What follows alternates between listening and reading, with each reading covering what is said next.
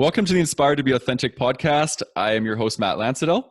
Inspired to be Authentic is a podcast where we converse with people who are living their most authentic lives. We get real with our guests and talk openly about how they live with courage to be themselves. We explore barriers they have overcome to be more authentic and aligned to themselves and their purpose. Today is episode 17, and we are joined by Mo Zabian. Am I pronouncing that correctly? You did say it correctly, yeah. Good, okay. Welcome. Thank you, Matt. Today we're going to be talking about breaking the shackles of stigma and loneliness. Ooh, wow. Yeah, Okay. some heavy stuff. So we're going to be My favorite topic. Right? Yeah. We're going to be bringing the bridge between stigma, shame, authenticity, and how we can support ourselves and support other people as they move through this, and how we can break stigma. This is a big thing, and I think this is an area that Mo brings to us with some great expertise. He has a podcast called Queer at Heart. Yeah, sorry. It's www.queeratheart.com. So you can check that out. Mo was born and raised in a city called London of Lebanese descent, moved to Toronto over 16 years ago after family found out he was gay. Moved to Toronto as a social worker actor and later got scouted as a fashion model. After traveling Southeast Asia for a year, he came back to Toronto realizing his true purpose was to deliver a greater message and help others tell their own truth through his show Queer at Heart by having open dialogue on stigmatized issues. So what a perfect fit. Again, welcome. I'm excited to have this conversation with you. This is going to be good. Thank you. Me too. I'm very excited to have it. Yeah. So why don't you just tell us a little bit about maybe some of your backstory, like what? Well, I about 3 years ago, I think it was. I think much like you, I had done a travel around Southeast Asia. So I might have traveled like maybe 7 or 8 countries, and then I decided to go live in, Beirut City for 4 months. And, I kind of was escaping Toronto, I was kind of escaping my reality, and I was kind of running. And when I came back, um, I remember going out one night with a friend, and I remember we were out, we were having a drink, and I was having a discussion on an issue. I think it was HIV. We were talking about HIV. We were at a bar, and this guy said to me that he actually had no idea what HIV undetectable meant. And I thought to myself, I felt like, I just couldn't believe that he didn't know what it meant. Like, here you are, you party. Maybe this guy's having casual sex, and when he finds out that somebody's HIV, he literally says, no, I can't do that, because he's not educated on undetectability. And I said, well, this is what it means to be undetectable. Mm-hmm. And so when I had left that night, I realized that I had a job to do, basically. And I thought, I had come back from traveling for a year, and I thought, what is it that I'm going to bring to the table now? What is it that I'm going to contribute to the world? Because I felt in my mind, like, if I'm not here to change lives or help people change their own lives, then what the hell am I here for anymore? Like, there's only so far I can go. There's only so many places in the world. I mean, not so many places. I can travel the whole entire world, and I've traveled a lot. But at the end of the day, what is it that I'm going to bring to make people's lives, enrich people's lives? And so at that point, that is when I thought, oh, wait a second, I can do something. Actually, I can start something where I can bring people to the table, and I can create a safe space for us to have dialogue, and to educate people on all these taboo issues, such as mental health, such as drug use, such as the process of surrogacy, such as religion, and how people consolidate their religions with their sexuality, Hmm. um, as far as body dysmorphia. You know, there's 27 topics on my website right now, episodes, I mean. So, and after, coming to Toronto and having my own struggles, I thought, oh, I have a lot to contribute here, and I want, especially gay men, to be able to live a functional life and to be able to connect and feel that they're worthy of connection through dismantling their own shame Hmm. and being with that, and understanding that. Um, I guess it's like Brene Brown. She says, there's three things that make shame grow. It's secrecy, silence, and judgment. Yeah. So, yeah, We're on a very, very similar mission. yeah, And it's so cool to see you articulate yourself and kind of what your passion is. And I can feel it. I can feel exactly where you're coming from. And it's a very similar place to where I'm coming from. What is this place inside of you that makes you feel so passionate about wanting to help other people? uh, it's because I know the feeling. Like I grew up with that feeling. I grew up in a place, London, Ontario, where I was, this. I grew up in a very. I didn't grow up in a religious family. I grew up in a very secular family, Middle Eastern, mom and dad, who were pretty cool and pretty liberal, and you know, when I had come out, like I didn't come out till I was 20, right? So I knew I was gay at 6.5 years old, and I had lived all these years suppressing it, and the education system that I was a part of wasn't very easy either, which I can get into at another time.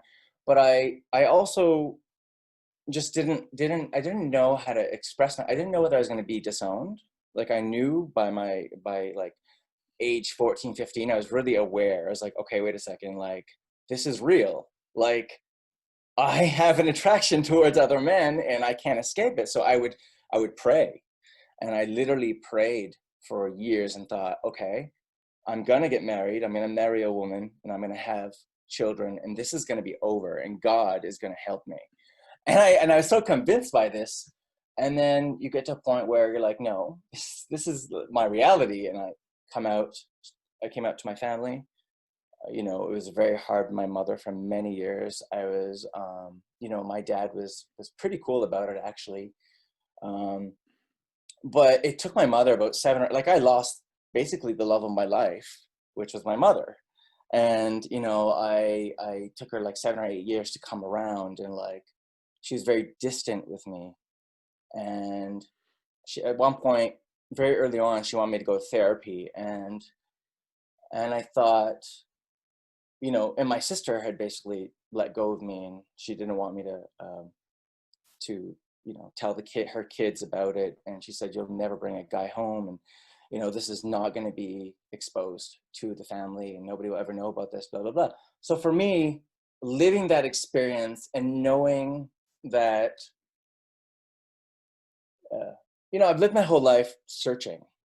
So I've traveled, I've gone to meditation retreats, you read all the books. I'm a social worker, and so like I I thought, wait a second, I've experienced this stuff, and there are so many other people I'm hearing. So I hear stories all the time who are struggling through this, and surely we can provide to as little or as many people as possible the tools, Yeah.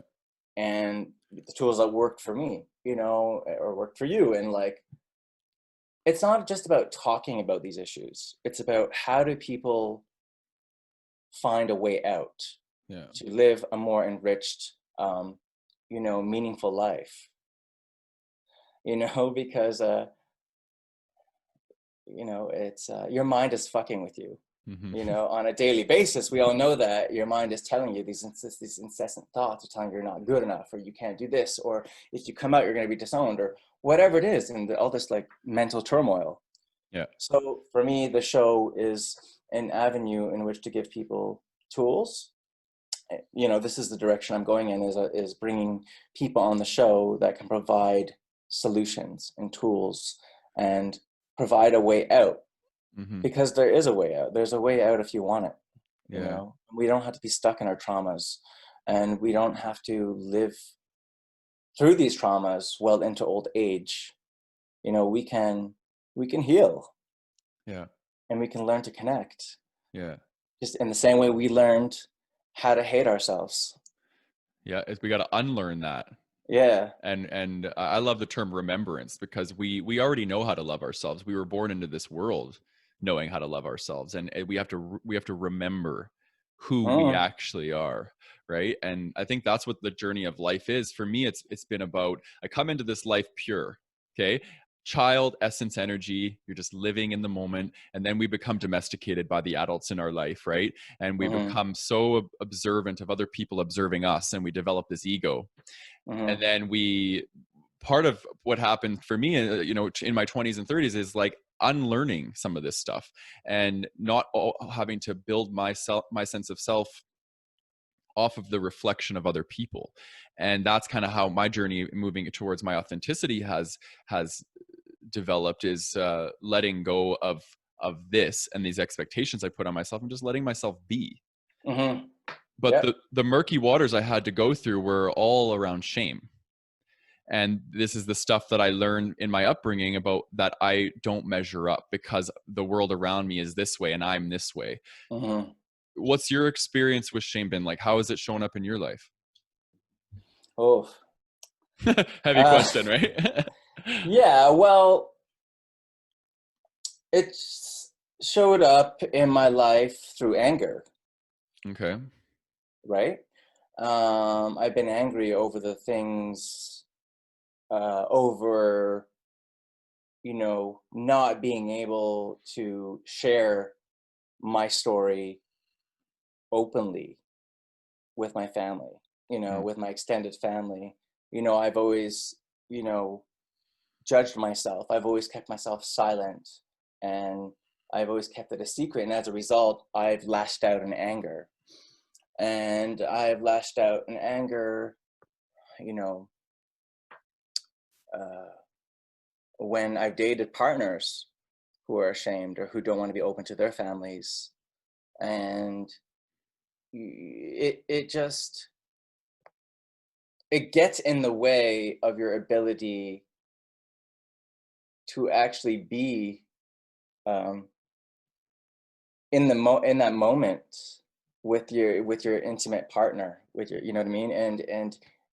And for me, it has definitely, it showed up in so many different ways, like even job going on a job interview, just thinking of not being good enough, because that, it happens, like, as gay men, we live our whole lives being rejected in some way, shape, or form. So like, even if we go into a job interview and that person who's interviewing us has no idea we're gay, we're still in our head thinking, oh my God, this person's going to find out we're gay, or this person's going to have a different view of us, or picture us as like, uh, less of a human, or less of a man, or less masculine, or whatever it is. So there's all, it's showed up, and so it's creeped up in so many different ways in my life, and completely, uh, demolished opportunities for me to connect and be a part of the world. you know what? Everything you just said, it reminds me of the book The Velvet Rage, and I'm sure you've read that. Have you? Yes, I know, I haven't. I've heard of the book and I've read parts of it, but I haven't read the whole entire book. But I know it's a great book. It is, yeah. And I think I didn't understand the rage aspect of it. I knew a lot of the stuff in there. I've been in psychology for a lot of my career, and um, but the rage component of being a gay man, I didn't have quite a strong grasp on that. But it's so real. We feel like we've been ripped off, or we've been deprived of things that mainstream people get to experience, and um,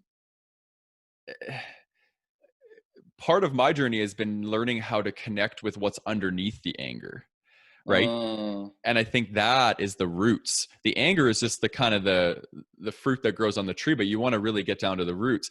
So sure. for me, it was sadness. It was a sadness and a loneliness and a pain and a hurt. It was kind of all this stuff, this dark blob, and I've had to really connect with it. And I kind of call it my shadow self. You know what I mean? Mm. And been working with that over the course of the last 4 or 5 years. And it's heavy work, but it's been how I've learned to liberate. So I'm just curious for yourself, what's like the layers of anger and stuff, like what is it that's got you feeling angry, and what's maybe underneath some of that anger? Well, it wasn't anger as in lashing out externally. Okay. It wasn't like that. It was internal anger. Okay. It was internalized anger, that like um, it was like an internal cry for help.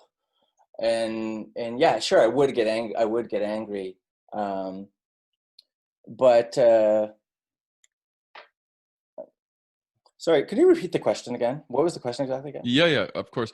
So basically, I'm just curious about the anger and like what's underneath the anger. What were you experiencing that was creating you to be angry? Oh, good question. Oh, Abandonment. You know, just Oh feeling yeah. abandoned and feeling rejected, and so not like feeling like whenever there was a conflict, you know, in a relationship or anything like that, that it was the end. Like I was being rejected, like you know, it was. I would get so anxious that I would be like, oh my god, I'm being left, or I'm being um, abandoned by this human. But really, it was just this little conflict that could be resolved. Yeah. So, you know, yeah. So what's under it is the feeling of abandonment, probably, likely caused by something I experienced in childhood, Yeah. being bullied in school because I was a bit of an effeminate kid. Who I had a little bit of an effeminate voice, and like I was just a real like, um, yeah. There's a lot of rejection, Okay. and there's a lot of a rejection as a kid, and of course I interpreted it as, you know,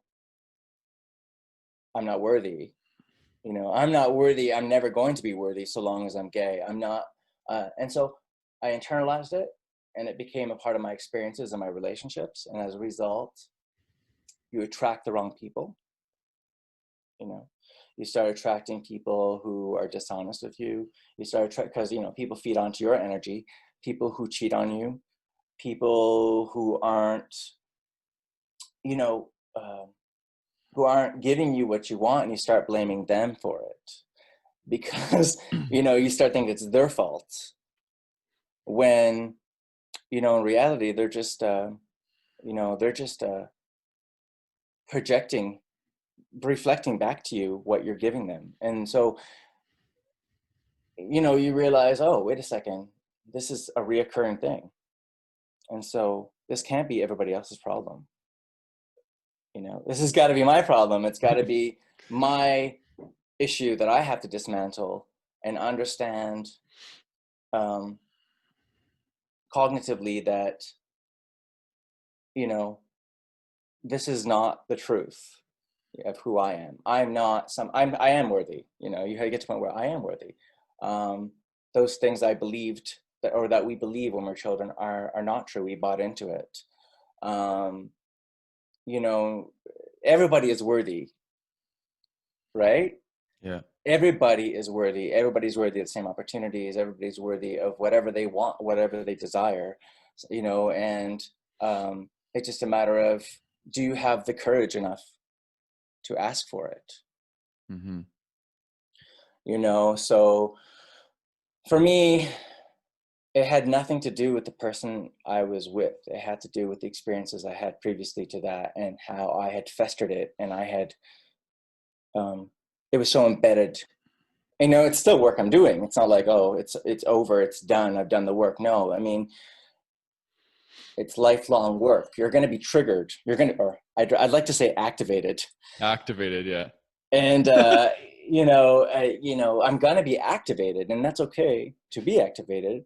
It's just a matter of, are you aware of it at this point, to not let it affect you further or jeopardize or sabotage your life. Hmm. So for me, that is the brunt of the work. It's like, how, and man, you find out so many more things. I mean, when you dive into it and you start writing about this stuff and journaling it and doing the work, you find out, oh, like you just start peeling back and realizing there's other crap, Yeah. you know, underneath it all. It's like you're peeling back and peeling back. And so it's work, you know Hmm. that, Yeah. it's work. And I think that's why a lot of us don't get around to uh, feeling healthy, or feeling like we're worthy, is because it takes a lot of goddamn work. It's exhausting Yeah.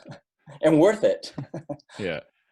Yeah. It is. So that answers your question. Yeah, it does. I'm just tuning into my body right now and kind of feeling into like what the words that you're saying, the energy behind the words, and kind of what. And I just want to say this. I see so much beauty in you, and I feel so much love for you right now. It's kind of a weird experience, and uh, well, that's not a weird experience. It's a really beautiful experience, actually. And I think what I'm experiencing is experiencing myself through you right now, because I see so much of myself in you, and I'm really relating to the thing about abandonment, because for me, I experienced that so greatly, and I still experience it to this day. And what I've noticed in myself is that the abandonment for me, it actually is, it may have started from an actual abandonment experience when I was younger, like maybe my dad leaving when I was a kid. But what I think it really is for me around my belonging to myself is what it is. I abandoned myself by trying to change who I was because I didn't accept being gay for the developmental and formative years of my life. And I tried to be more masculine. I tried to be this. I tried to be that. And the real me, the authentic me, got abandoned.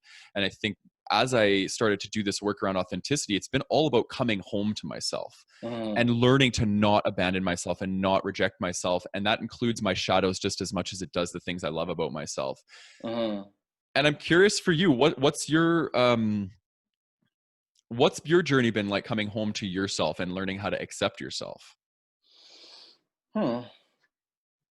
Well, I hmm, it's been a rough journey. I mean, without a doubt, it's gotten easier Mm, for me to come back home, I guess we could say. And it is coming home. You're right. It's exactly what that is.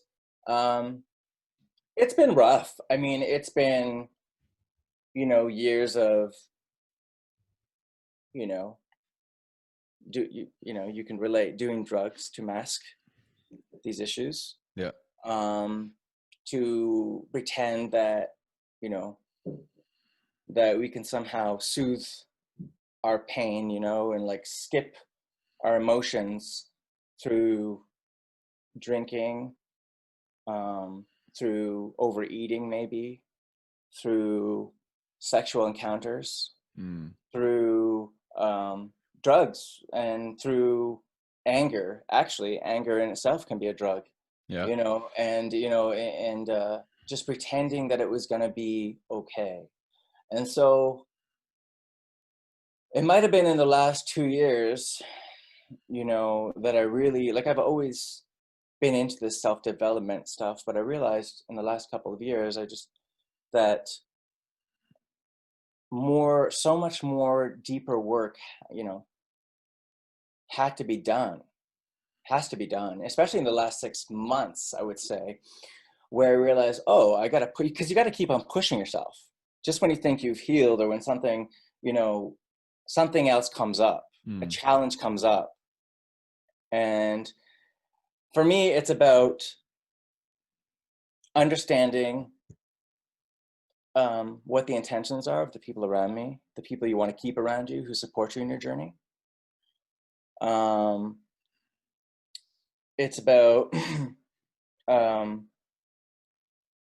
creating new habits in your life, which means, uh, you know, putting the therapy or the coaching that you need in place, or, you know, uh, uh, you know, For me, it's like I wasn't able to sit down and there's a lot of times I wasn't able to sit down and do mindfulness and meditate. And I would never ask anybody who's depressed to do that because I don't think it's possible, actually. I think you need to ask people to do something simpler before you ask them to go meditate. So for me, I would go to like, I did a lot of retreats like Vipassana, okay? When I didn't even know how to do that, I just pushed myself into it and sit there for 10 hours a day for 10 days, and like ADHD had me and Yeah. like, sitting there struggling. I was like, maybe I should have create a habit of going for a walk every day for an hour and then ease myself into meditation, Yeah. and like, cause you can't tell, I don't believe you can tell people to go and meditate because most Yeah. people don't know how to close their eyes and meditate and it freaks them out. Yeah. Yeah. So for me, it was about putting that into place. It was about connecting with people who were like me and who were on that journey, that healing journey. It was about being able to be still with my thoughts and find a way and not be afraid of them, and Mm. understand that they are actually only just thoughts, and that we've accumulated or that we have uh, let sort of bog us down throughout our life. So for me, it's about even cutting off family. It was about that. It was about sitting in that pain of understanding that I may or may not ever speak to some of my family members again. Or I might not know or talk to maybe my sister again, or that I would never get to know my niece and nephew, you know. And I had to accept it. I had to just sort of accept the shame that was kind of essentially put on me by others, imposed on me by others, and I bought into it. And I was like, oh, they don't accept me, they don't understand me, so therefore I'm going to start feeling ashamed of myself because I'm not good enough to be an uncle to my niece and nephew. You know, so for me, it's about being very open with myself and with others, about what I was going through and letting my belly out. Mm. And saying, you know what, like, um, uh, I, um, you know, I'm fucked. It's about admitting it Mm-hmm. and saying, actually, there's a problem. And I'm going to actively and consciously work on that problem because I am worthy, with or without these external things, Yeah. such as friends or family that I've had to let go of, such as drugs, such as sex, like, not, or like just having sex um, out of a place of being wounded. So for me, it's about understanding that I'm actually loved by God. And so like I don't really believe in God, to be honest. Like I would say I'm more of an atheist, but I do believe, obviously, we do all the spiritual work. I would say I'm agnostic. Everything around us is God, the universe, you and me, everything that exists to me is God. So like I would say that there's like, of course you're loved. When you think about it, it's like, of course I'm lovable. When you really sit in that, you're like, oh, of course I'm worthy. Of course I'm lovable. Of course I deserve these things. So what is the part of us that tells us that we're not then? Uh, part of us that tells us that we're not is that voice that continues to play like, like a repetitive record. Yeah. It's what tells us we are not worthy, we're not good enough. And as a result, when we start to feel this way about ourselves, like they say, like, I don't know if you do the works of Esther Hicks. Some, yeah, yeah. And she says, every day when you get up, like you are, the universe is giving you feedback. Every single day, everything that's happening to you, that is your feedback as to how you're doing internally. So that is your feedback. And so I think what holds us is that voice. And as a result of having that voice, the world is giving you back that, you want to feel ashamed. Okay, we're going to give you these experiences. And we're going to continuously give you these experiences until you can learn the lesson and realize you are worthy. Yeah. Until you can change that narrative, that story that you've built, and start talking to yourself in a better way through writing, learning what your language is through writing, and then start writing a new language. Yeah. And so, yeah. I mean, Yeah. you just gotta fix it. It's hard, Matt. This. It takes a lot of courage to heal, right? And to sit in our own shit Yeah. and to say, this is a lot of work. This is a lot of things I'm feeling. But I'm gonna work through it because I'm worthy, Worth. and I'm Yeah. gonna do it, and it's gonna fucking hurt, and it's gonna take days and months and maybe even years. And that's why many of us never get there, because it's so much work, and we don't have a lot of support around us to help us get there. So the tools aren't there in place for people. So I think that's very important. With the work that you do and the work that I do, is to be able to like give people hope and say, you know what, there is hope, there is a way, and here are tools that work for me. Yeah. Yeah. I want to add on to that and just say, you said most of us don't get there because it's hard, right? And I would say there is no there. Right? Exactly. Yeah. There is Yeah. no there, because we There's no often there. we think that, and we think, okay, I want to get here, I want to get to this destination, and then once we're just about to get to that destination, we've already extended it to another Yeah. destination. So it's just an illusion.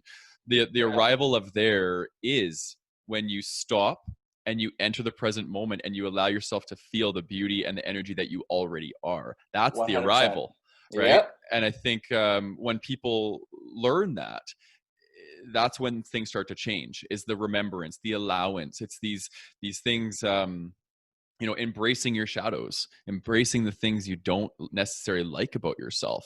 And that doesn't mean that you have to love them, but it just means you have to be okay with them being there. And we all have them, and if we deny them, they get stronger. So it's just about kind of looking at yourself in the mirror and being like, you know what, I like what I see, and making that a daily practice. And so yeah, I like that.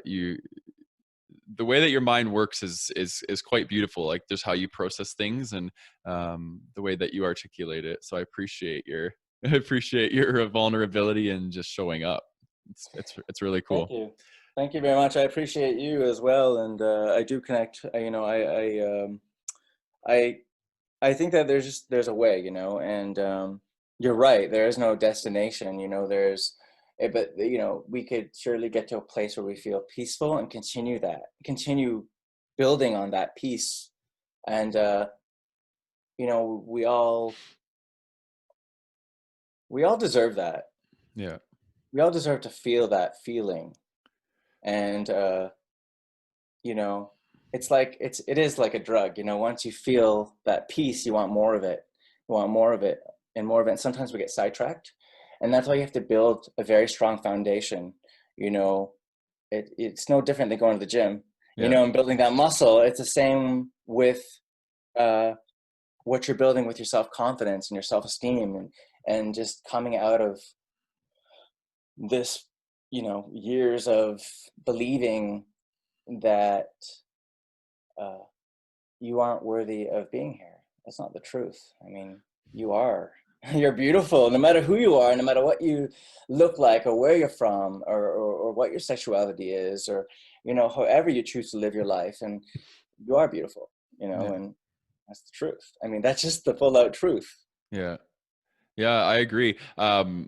What you said made me think of like how much I spent my life doing to try to arrive to this destination of being okay with myself. And it was less about doing, and it was more about being for me, because Mm-hmm. I had to stop my pursuit of perfection and allow myself to be imperfect. And that happened in Yeah. being, right? Just allowing myself to be. It was such a beautiful gift I could give myself. And I have to do it every day. It's a practice, man. Like, working my way out of perfectionism has been it's been crazy. It's been very crazy. So, one thing I want to touch on is loneliness. I think as gay men, as men in general, and as human beings, we all experience it. But I think, I would love to talk about men in the loneliness that men experience, and specifically us as gay men. Mm-hmm. What's your relationship with loneliness? Well, loneliness to me, I linked to the lack of, well, part of it. Okay, so this is not all I link it to. So whenever I've been lonely, I realize it's because I'm not being understood. Okay. And I realize second, is that it's because I've created an illusion in my mind about how my life could be better. It's like a fantasy, right? It's like, I won't be lonely if I have this. I won't be lonely if I have this. I won't be lonely if I have $1 million. I won't be lonely if I have a really great man in my life. I won't be lonely if I have a home in Hawaii. But, you know, you're right, it's about being okay with where you're at and being able to build and being like, yeah, I am lonely. I actually feel like I'm depressed. So telling yourself, yeah, I feel depressed and lonely. I feel alone. But connection makes us feel a whole lot less lonely. And so when we are connecting with each other and we are understanding each other's loneliness, and we're able to communicate with each other and understand each other's experiences, I think that there's a, most of the time, there people find purpose. They're like, oh, you feel this way too. Oh, like, we share this experience with each other. Like, that's beautiful. We share the experience of loneliness as gay men or as men or whatever. Like, it's about understanding one another and really seeing one another, you know? And for me, that has brought me less loneliness when somebody can see me and understand my experience, and that I can voice it and voice, what I'm feeling. But it's also, yeah, it's about changing that dialogue in your head that says, I will be better and I will feel more fulfilled if I have this, if I have B, if I have C, and if I have this. The fact of the matter is, some people might say this is a little uh, uh, cynical, Mm-hmm. but I actually don't think it is. We come into this planet, like, by ourselves as individuals, and like, no matter who it is that comes across our paths, we're still alone. We're still separate entities who are responsible for our own feelings and emotions and our mental state. And, um, we have to learn how to be okay with sitting, with our thoughts and our emotions, as dark and as uncomfortable as they may be. Sitting there and being like, holy shit, like, when you're really being objective about it and you're observing these thoughts and these emotions, you're like, holy shit. Like, that's why it's so scary, is because people don't know how to look at that and be like, oh my God, like, that's why people go and distract themselves with things, because sitting with yourself it can destroy you if you don't know how to deal with it. Yeah. And yeah, I don't know if that answers your question. Yeah, no, it definitely does. I mean, I can get into this. I can stay here, each one of these topics, I feel like we can stay here for hours and dissect these things. Right? I know. It's the social worker mentality in us, right? Yeah, like, yeah. So that's, Yeah. I don't know if hope that answers Yeah, your yeah, question. yeah. I have another question that I want to pick at, because I actually I want to build off of what you just said. Um, Connection is the remedy to loneliness, but shame is the thing that prevents us from having connection. Okay. Do you agree with that? Say it again. Say the first part again. So connection is the remedy to loneliness, Connection is remedy to loneliness. Okay. and shame is the one of the biggest barriers to having authentic connection with people. Mm-hmm. So where do we, as people who experience shame, how do we get over that? How do we get over being seen for who we really are so we can have authentic connection to cure our loneliness? Well, empathy, I think. Okay. Yeah, I like You know, that. I think that empathy, you know, I was reading a while ago that empathy is the antidote to shame. Mm, And you know, when we feel like, you know,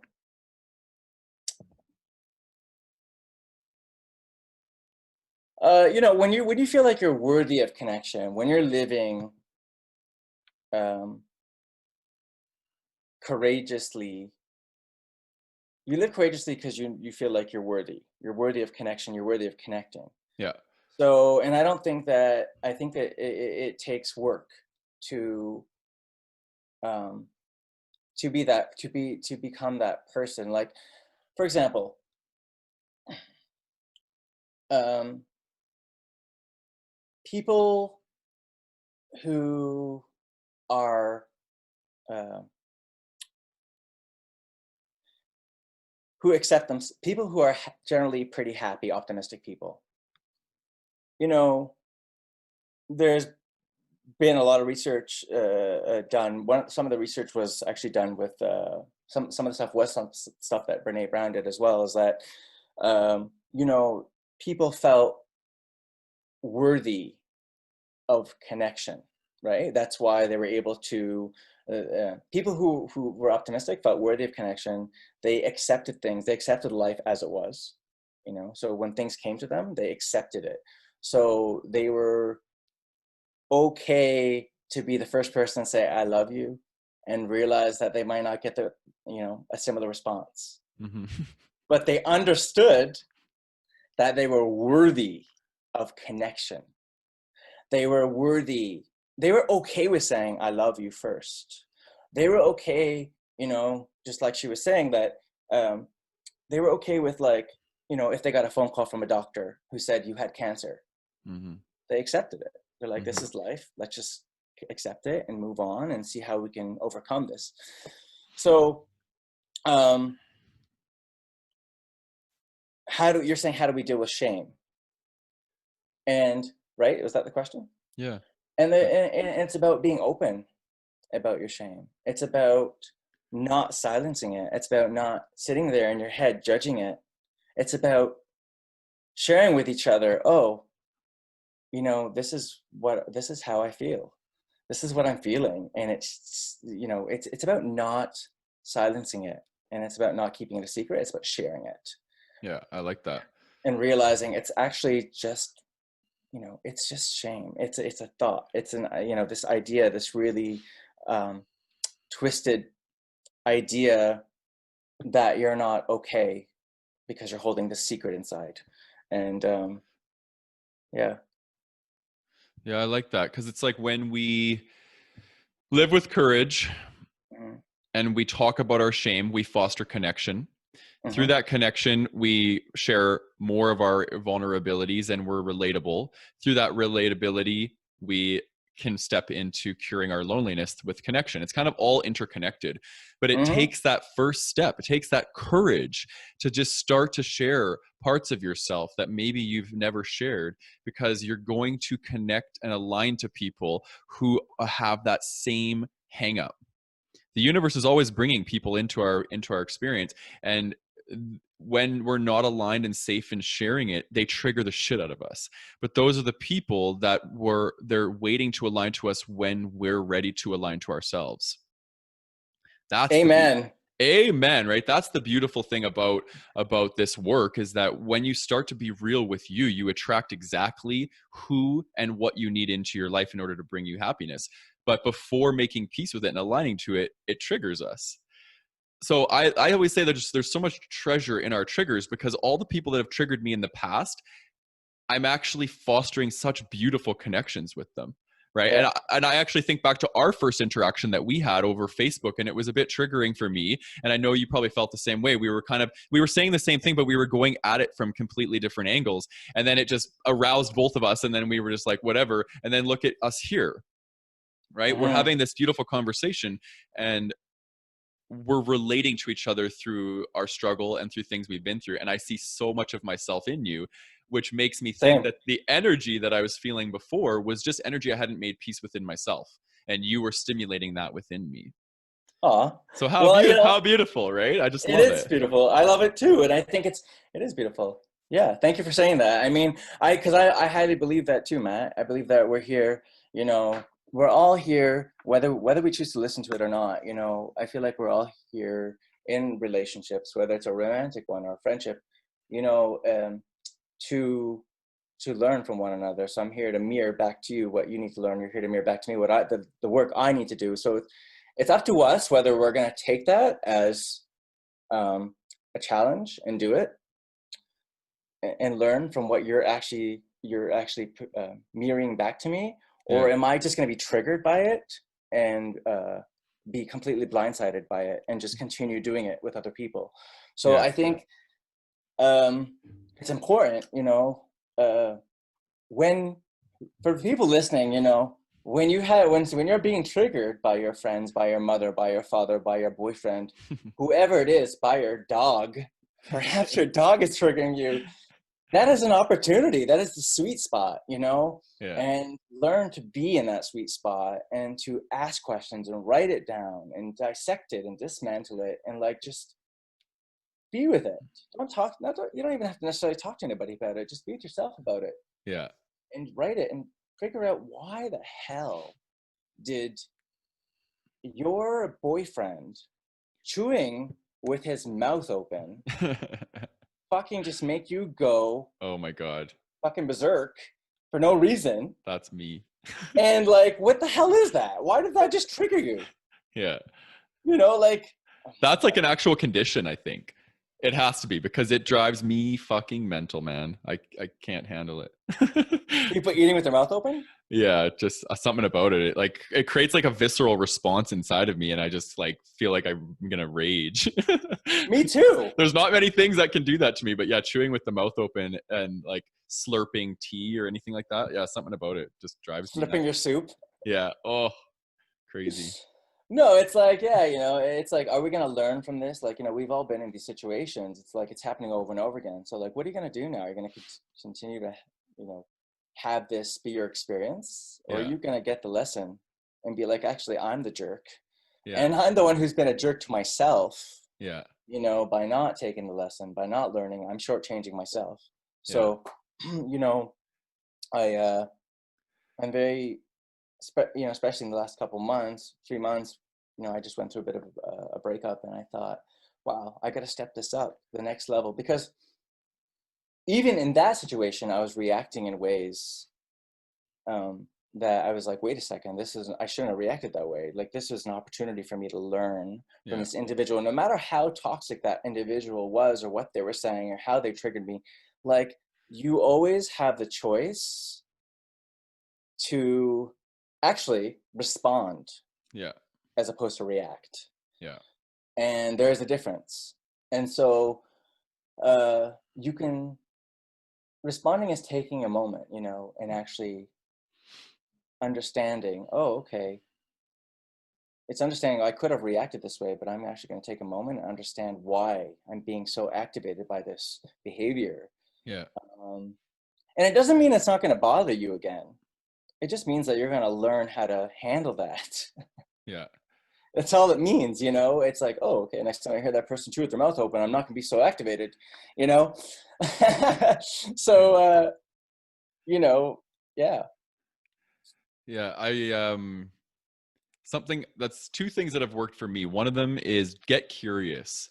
Because I know for people, triggers are, or activations, whatever you want to call them, they're really hard for people, and they immediately pulled into unconscious energy. And I think one of the things that helps me pull myself out of unconscious energy is curiosity. because Yeah. it's about questioning, asking yourself what's going on here, instead of making it about them. Start to get curious about your own process. And the other thing, you kind of said it, I'll just rephrase it. Please. It's give yourself that sacred space, right? Pull yourself back from it and be able to just become the witness to yourself being irritated. You don't have to be the experience of somebody being irritated. You can simply watch yourself be irritated, right? It's present Yes. moment awareness. We become the witness to our own process, and that to me is the biggest thing, because that gives you space between you, yourself, and I, and you become the I, and the you and yourself get to remain where they are in the activated experience. So the I is about, okay, I'm here and I'm the witness, and I'm going to watch it all play out. And it takes a bit of to practice to get to that place, but lead with curiosity to start out, and you'll definitely find your way there. That's what I would say.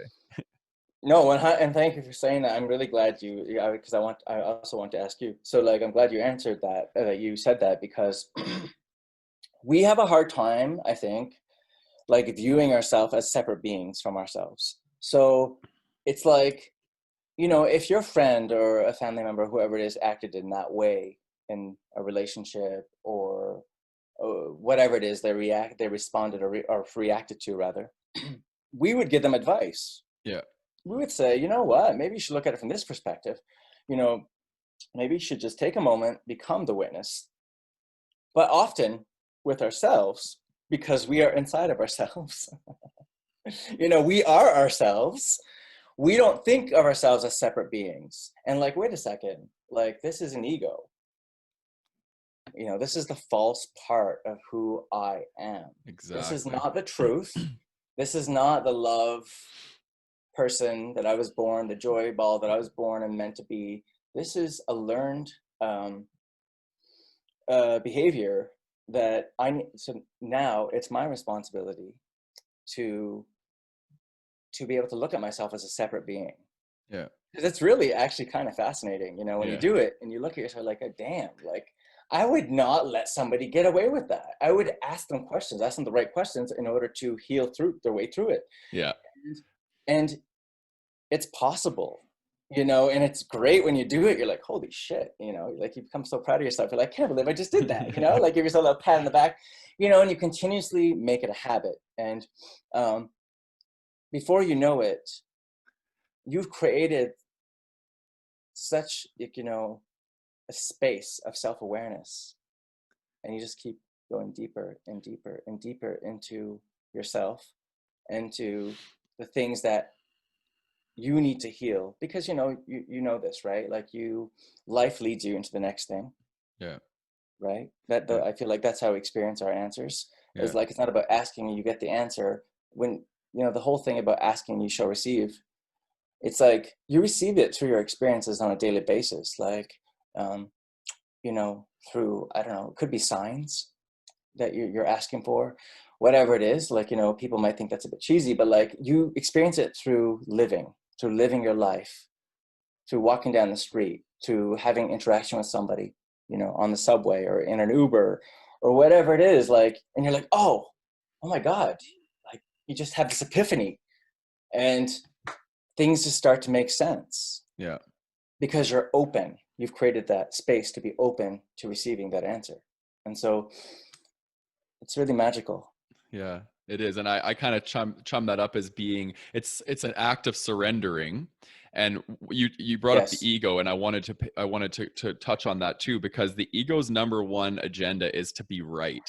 And Mm-hmm. when we're triggered, our ego is the thing in the way from us becoming the presence, and from us being curious, because we want to be right. So we're only willing to see it through one lens, and that's the lens of our ego needing to be right. So um, that's a tough one for a lot of people, right? And but yeah, just actually, how do you deal with your own ego? I think that's a good area to kind of dig into a little bit. Well, we all know that the ego doesn't want to be detected, right? Yeah. So it just wants to take over your life. It wants to be there. It's very it's insidious, it's like it wants to be there and it doesn't want you to know about it. So, you know, um, again, it's about creating that practice, you know. So when I'm feeling ashamed, you know, and let's just use an example, let's just say about body. And, you know, when, you know, when I look at myself and I say, oh, damn, Mo, you've gained like 5 pounds in your belly there, like over the corona pandemic, usually I'd be like, oh, damn, I got to go run that shit off, you know. And now it's more like I stop and I'm like, wait a second, I didn't kill anybody. You know, like I gained 5 pounds. That's all it was. Yeah. You know, you didn't kill anyone, Yeah. you know, and you think to yourself, you know, this is perfectly okay. It's just my, you know, my this narrative I've carried about my body, about who I am, that continues to play on until finally you're like, wait a second, I didn't kill anybody. I just gained 5 pounds. I could lose this 5 pounds. Yeah. Not a big deal. If I really want to, I go for a little jog for a week and lose that. But like the whole idea is just accept. I've just learned to accept it, accept where I am, with how I am, knowing gently that if I want to change it, I can. It's okay. It can change. I have Yeah. the power to change it. Yeah. And that is really, that's a relief. Like, you know, to know I can change it. And as a result, you find you're just not that eager to change it after all, because it's the story that has made you feel so desperate Yeah. to want to change that about yourself, or want to go and do whatever it is to change yourself immediately. Yeah. Because we're all about like, you know, instant gratification. We want to, that's what angers us, actually. That's what, it's a big part of our egos. Everything must happen now. We must have everything now. And, you know, our anxiety happens because we you know, we don't have it now, or we're, you know, um, you know, it's about, really, I guess, at the end of it all, it's about coming back to the moment. You know this, right? Like, this is your work too, is like you coming back to the moment, realizing it's okay. Yeah. It's all right. Let your belly out. Yeah. How do you deal with it? Yeah. I think you answered it pretty well, to be honest. I think one of the biggest things for me is comparison, right? That was a big thing for me for so long, is comparing my 100%. Yeah. comparing. And that's how I got into fitness, nutrition and stuff. Was it was all about finding a vessel that I could use to carry myself to this image of perfection that I was trying to achieve. And it got to the point where I was comparing myself to myself, but Yeah. it was a mental image I created of how I needed to look, and that was what I was comparing myself to. It wasn't so much other people. But then also professionally in my career is where I do comparison to other people. So I'm always comparing my success to other people's success, things like that. And Mm-hmm. but yeah, the original question was what? The ego. I love how it was my question. I don't even remember what it was. You said something about how do you deal. You basically said, how do you deal with your ego? How do you deal with things like shame in the Yeah. ego, or whatever it is? Yeah. How do you deal with your ego? Uh, What comes up? I would say the biggest thing is I connect to other people. So I have really close friends. My best friend is a psychologist, and we have lots That of good helps. good long chats. And I feel safe to bring my ego forward with her. Mm-hmm. And it's funny because we laugh, right? We laugh about it, and because the ego is so erroneous, and it's always like cunning and trying to play these games, and we just laugh at it. But when I'm in Mm-hmm. the moment, and it usually comes out like in the shower or whatever, when I'm just playing these roles in my head or having arguments with people in my head, where of course I always win, right? and which is so funny, right? How we're like that. But I create a gap, I create distance between me and my thoughts, and I watch them play out, and then I catch myself in the moment, and then I get curious about why was I thinking this thought? What was it that I needed to be right about? And then what I do is I return myself back to my body, because my body knows. My body always leads me to exactly where it needs to be, and there's an inner peace in my body, and I root myself into that, and that's helped a lot. So Mm-hmm. yeah. That's great. And I like how you said, you know, fighting with myself, Yeah. because that's exactly what it is. It's like we're practicing how we're going to make things better like, it's like when you're angry with somebody and you're practicing in your mind what you're going to say to them because you're so angry. And it's like, oh my God, I'm going to be right. And I'm going to get the final word, Yeah. and it's like, you know, yeah, it's about getting to a place where it's like, it's okay if you don't get the final word. Cause usually your final word is like, you know, again, it's an illusion. It's not your final word. It's your ego. It's you wanting to have some sort of power or control Yeah. over the situation. You really don't. You Yeah. end up having more anxiety anyways. You never have You're control. losing your power. You're losing it. In actuality, when we're arguing, we're fighting, we're draining our own battery. And I think that's one thing that's been really helped me, is it's like, discern what's mine and what's theirs. Do I really need to be engaging in this fight with somebody when it's about them and it's unconscious, and there's nothing I can do to change their mind? Just let it go, stand in my truth. I know what my truth is, and I don't have to prove that or show anybody what that is, and I get to stand in my truth. And I think oftentimes is when we don't feel worthy or we don't feel valid in our truth, is when we feel we need to defend it. Absolutely. Yeah. And I really think everything we're talking about, the remedy to it all is self-worth. When you think about it, if you think about all the things we talked about today, right? Shame, stigma, loneliness, disconnection. If you have self-worth, it's all kind of just doesn't mean a lot. They're just terms. When you stand in your own truth and you feel worthy to do that, things don't trigger you, or at least not as badly, right? So Yeah. They don't trigger you because you understand. I mean, at least I believe you understand that, because, let's face it, your higher self, already knows yeah, you're whole, you're perfect, you're fine. It's this physical part of you that's so confused and gets so immersed in these issues, physical issues, because, you forget that your higher self would never question. Your soul you, the source you of who you are, would never question who you are. exactly. It's your Yeah, physical self questioning this stuff. And so you have to remember that. We have to remember that we are whole beings. And it's not, when you said, you have to discern between what is theirs and what is yours. yeah. Most people would get angry and say, that's their stuff and this is mine.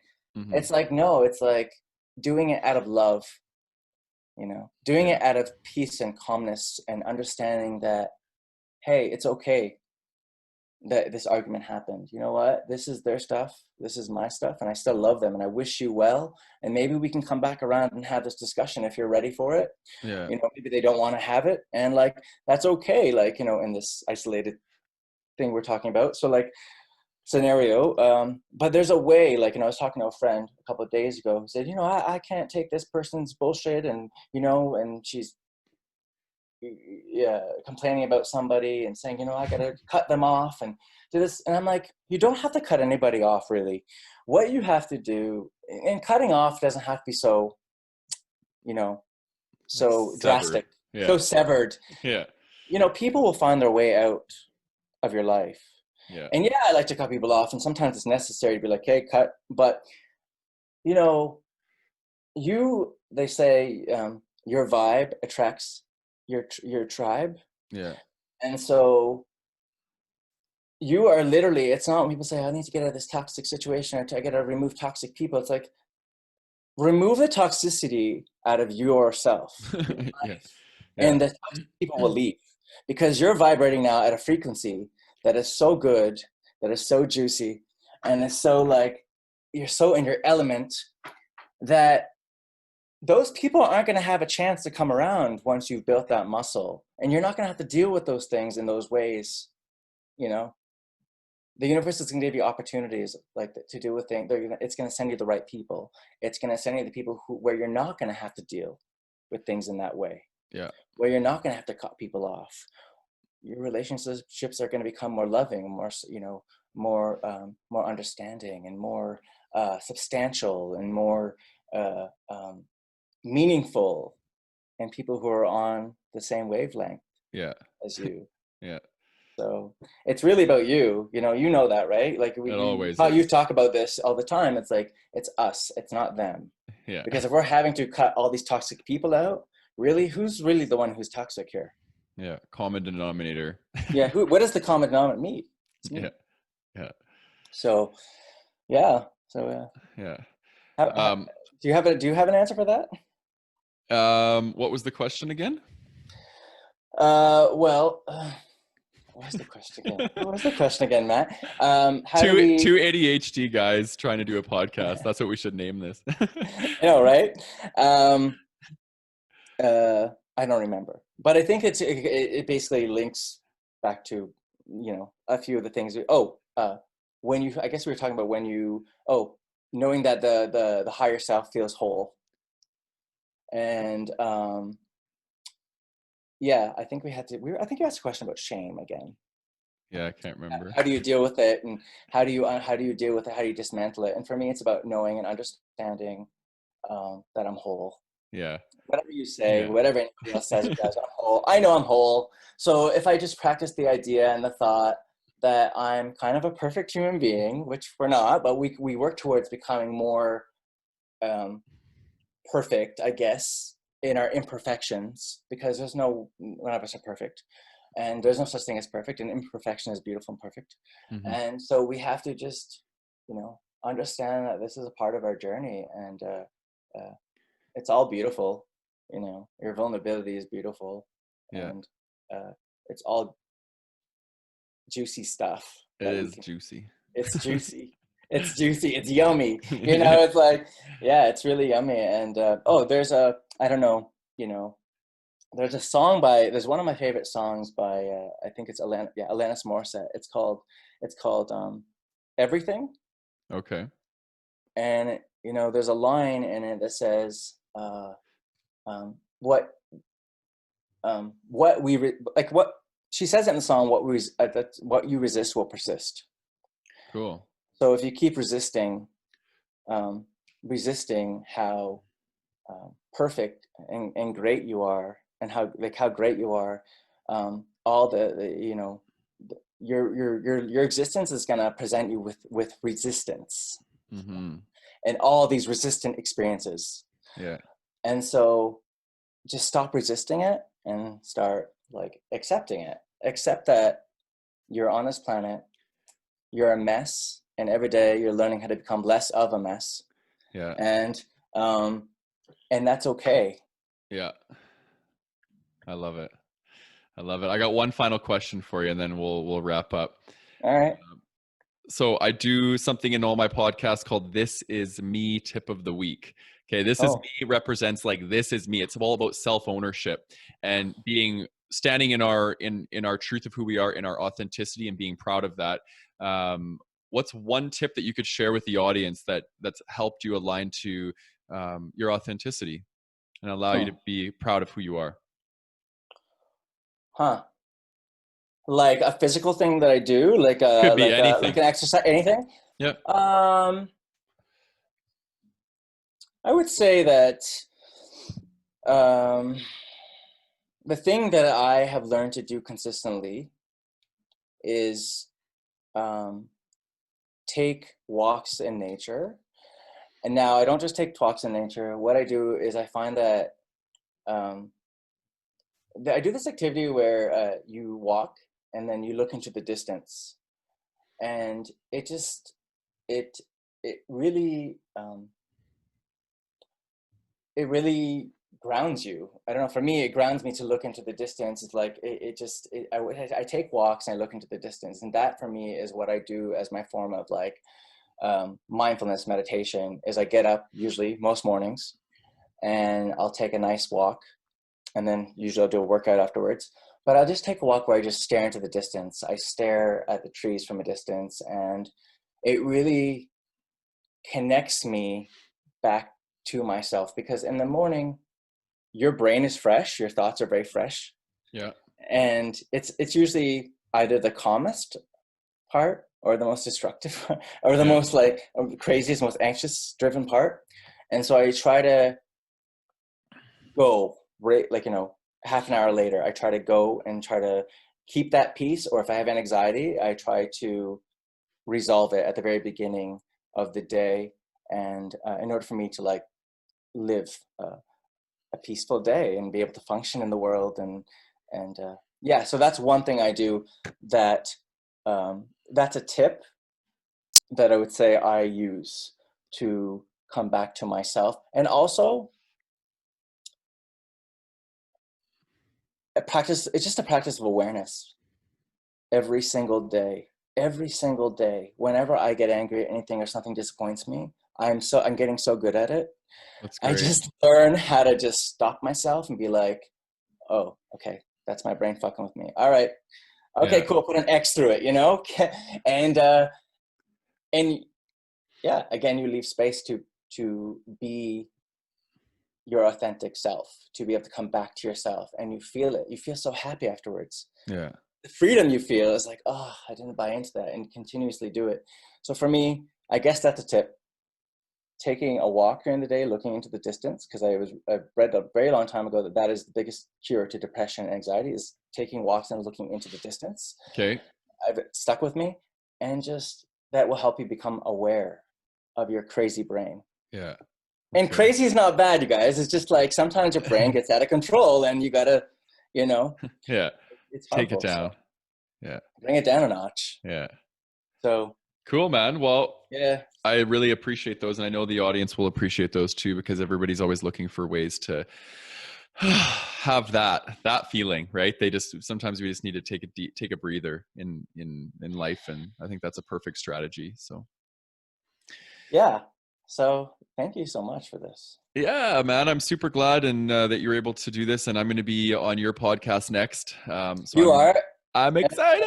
I'm very Yeah, excited too to have you on Queer at Heart. yeah, And please, for everybody listening, check me out at queeratheart.com. I'm on iTunes, I'm on Spotify. Subscribe, leave a review. yeah. Just really enjoy this 27 topics up. My personal page on Instagram is I am Zabian, and I have a bit of my also adding my podcast to that page now. I had a separate podcast page, which now I'm going to sort of meld into one page with me, my show host, fashion stuff, whatever. But yeah, but it is 27 episodes that I'm very happy with, and yeah, and I think it's people like you, Matt, who are gonna make this, who make it worthwhile, who make the work worthwhile. And when you hear that somebody has resonated with your work, or has called in or emailed you, a lot of the two topics episodes I did on HIV, I had people call in and be like, dude, you made me feel human again. Oh, I was diagnosed, I felt like I was gonna die, just I lost my shit. And it's that kind of feedback that we get that makes our work worth it on a daily basis, is when you yeah, hear those things and you're like, shit, okay, I'm on the right track. yeah, yeah. I agree. I'll put all your contact info in the show notes as well, so people can connect to you. Amazing. All right, brother. Have yourself a beautiful day. Thank you so much. And one thing I want to say is, for those listening, Matt also has a group on Facebook called the Gay Brotherhood, right? The Gay Men's Brotherhood, yeah. Gay Men's Brotherhood.